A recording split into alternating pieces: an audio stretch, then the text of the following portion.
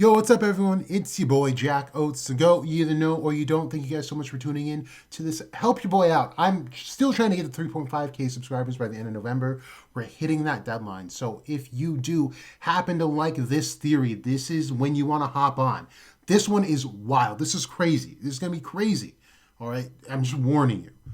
So if you end up liking this theory, you got to make a deal with me. You've got to not only like the video, but also subscribe, and it would super help if you shared this too. Because I really want to keep putting more effort into this channel. I know it's been 2 weeks since the last video, but I've been really backed up on a bunch of theories. I've been working on some Jack Clover stuff behind the scenes. Jack Clover is going to hit a bit differently from now on. So it's going to be worth the wait. So I really want to thank you guys for your patience and your support as I'm trying to make the channel better, so that, we can all enjoy it. Because I know the theories might be cool for a lot of you, but, it probably helps to have a little bit of eye candy along with it. So, I want to make it worth your time for sure. So I don't want to, I hate doing stuff like this, knowing that you guys really dig like the last 2 videos. So I do apologize. I do have a very hectic schedule. But anyway, I want to talk about this chapter. This is an emergency theory. Because I really wanted to make this a Jack Clover, but I can't hold on to this. And plus, you guys voted on Twitter that I should just put out the emergency theory anyway. So, this chapter is so heavy in information that my head has literally been spinning. You can ask Wizard King Minato. Like, I've been messaging that dude since like Thursday. There's so much going on in my head right now. Tabata really outdid himself with this chapter. You're gonna find me saying this a lot, but this is hands down the best chapter of Black Clover in existence. There's so much to talk about, but in this video, I just want to talk about Zenon, the 4th Zogratis. Now, I know you probably came here to tell me my title's wrong, but it's not. And I really need you to grab onto something, because this is without a doubt the craziest, most off-the-wall theory that is yet to come out of my mouth. And I've said some crazy things on this channel. So for real, grab onto something and really, really, really, really listen. Here we go.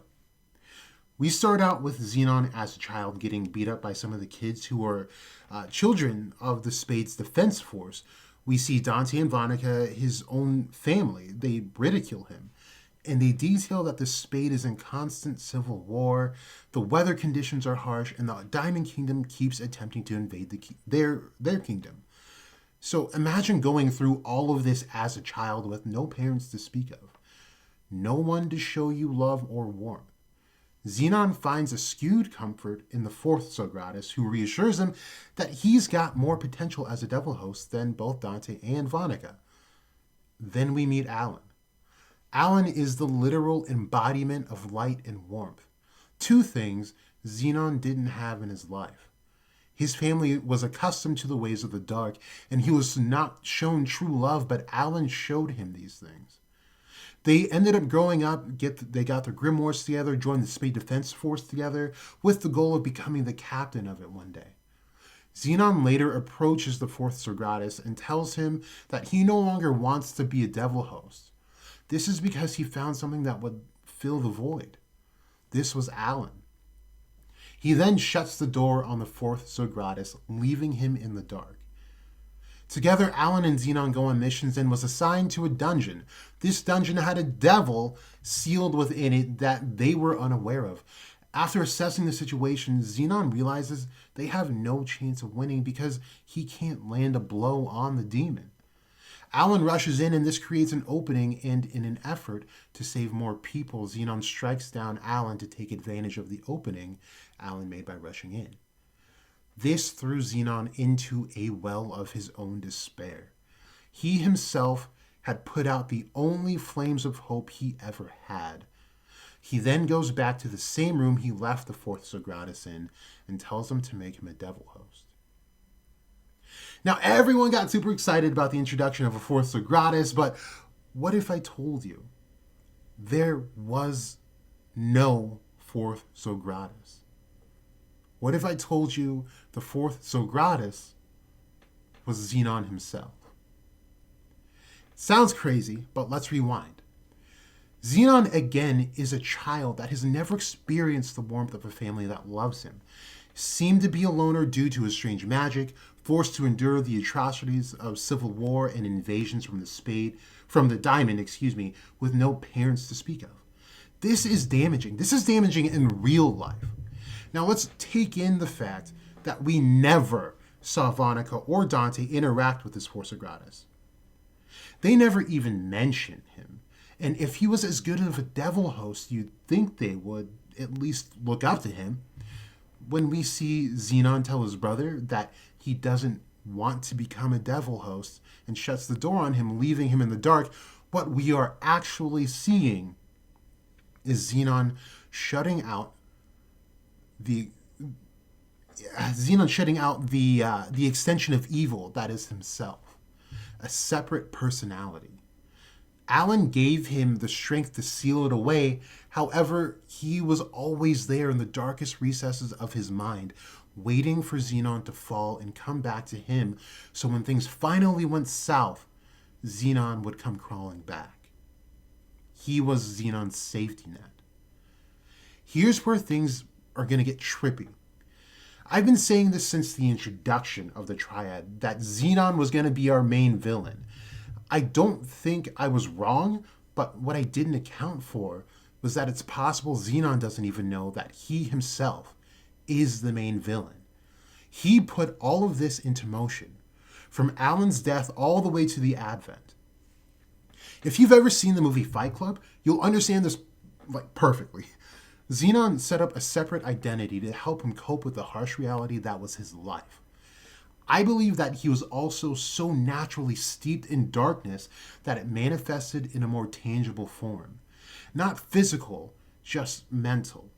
This is what children who have been through very hard situations in real life do. They create separate identities or just imaginary friends. I believe that Zenon's alternate identity as the fourth Zogratis set things into motion so that Zenon would become the host of Beelzebub and work toward bringing the Advent to fruition. Now, fun fact, while I'm on the subject, one of the very first courses I took in college, this was the day after I graduated high school, I enrolled. I was already enrolled in a few classes. But the first class I ever attended was abnormal psychology, and I ended up getting an A++ in that class. By the end of it, we had to actually diagnose characters in a book, like an actual diagnosis. And I wrote an 12 to 15 page diagnosis on Tyler Durden from Fight Club. So if you have not read or watched that movie, I suggest you do, because when you do, and then you come back to this, and you look at the chapter, and you're like, oh shit, like something went down. So this is why my mind even went that way to begin with. But so back to this. In my head, I do see Yuno and Asta teaming up, and Asta possibly using the Demon Destroyer sword to take this veil from over Zenon's eyes. This is when I would expect Zenon to remember things as they really were. There was never a fourth Zogratis. It was just him. And just like in Fight Club, when he realizes the damage he's done, he may even try to aid in stopping the Advent, but his alternate identity had taken over at some point to set countermeasures so that even if he realized that his life was a complete lie, crafted by none other than himself, the Advent would still progress, making him the ultimate villain. And the only way to stop himself is to sacrifice himself and possibly take his siblings with him. I know, it's a wild, wild, wild theory, but imagine a character like Zenon who's so cold and callous, who truly, in the beginning, wanted to be a good person. Imagine him realizing that he was the biggest evil there. The biggest evil there was. And that the reason his friend is dead is because of him. He became what those children of the Defense Force were to him. He brought war and pain to other kingdoms, just like he had experienced, and instead of ending it, he made it 1,000 times worse. if any of this happens, Zenon is en route to be one of the greatest characters that have ever graced Shonen. I just wanted to put this out there because it's such a wild thought that could really be valid. You also see things like this in movies having to do with possession anyway. We see this in a movie like Amityville Horror, where the son is having evil inner dialogues about killing his whole family, his siblings, his parents, everyone, and snaps out of it and barely remembers a thing. This also fits the psychological portion of the Dark Triad. I don't know how long that's been there. I'm sorry, guys. Machiavellianism, psychopathy, and narcissism. So, I mean, it's got it all. And earlier today, I even put out this Twitter post. I had actually been hanging on to this picture for so long, trying to piece together, like, okay, is Morris the fourth body of sin? You guys, of course, can't see it on here, and I'm sorry, but it's a picture that shows the tree of life, which is also the tree of death. But to sum it up, the bottom portion they call the four bodies of sin, and I've been trying to place them, and it just didn't make sense, but now it does, because we have the vital body, which is more than likely attributed to someone like Vonica, the God, what is the other one? Whatever the other one is, the something body, and then you have the, I think it's just the physical body, which is Dante, and then you have the mental body and astral body. And I believe that Zenon was the mental body, but out of those four, the astral body is not physical. So this fourth Zogratis really does kind of fit this four body of sins idea. But that's all I have for you guys for now. Be on the lookout for a slew of videos. There's a lot happening behind the scenes, so I really do appreciate all of your kind words, support, and patience.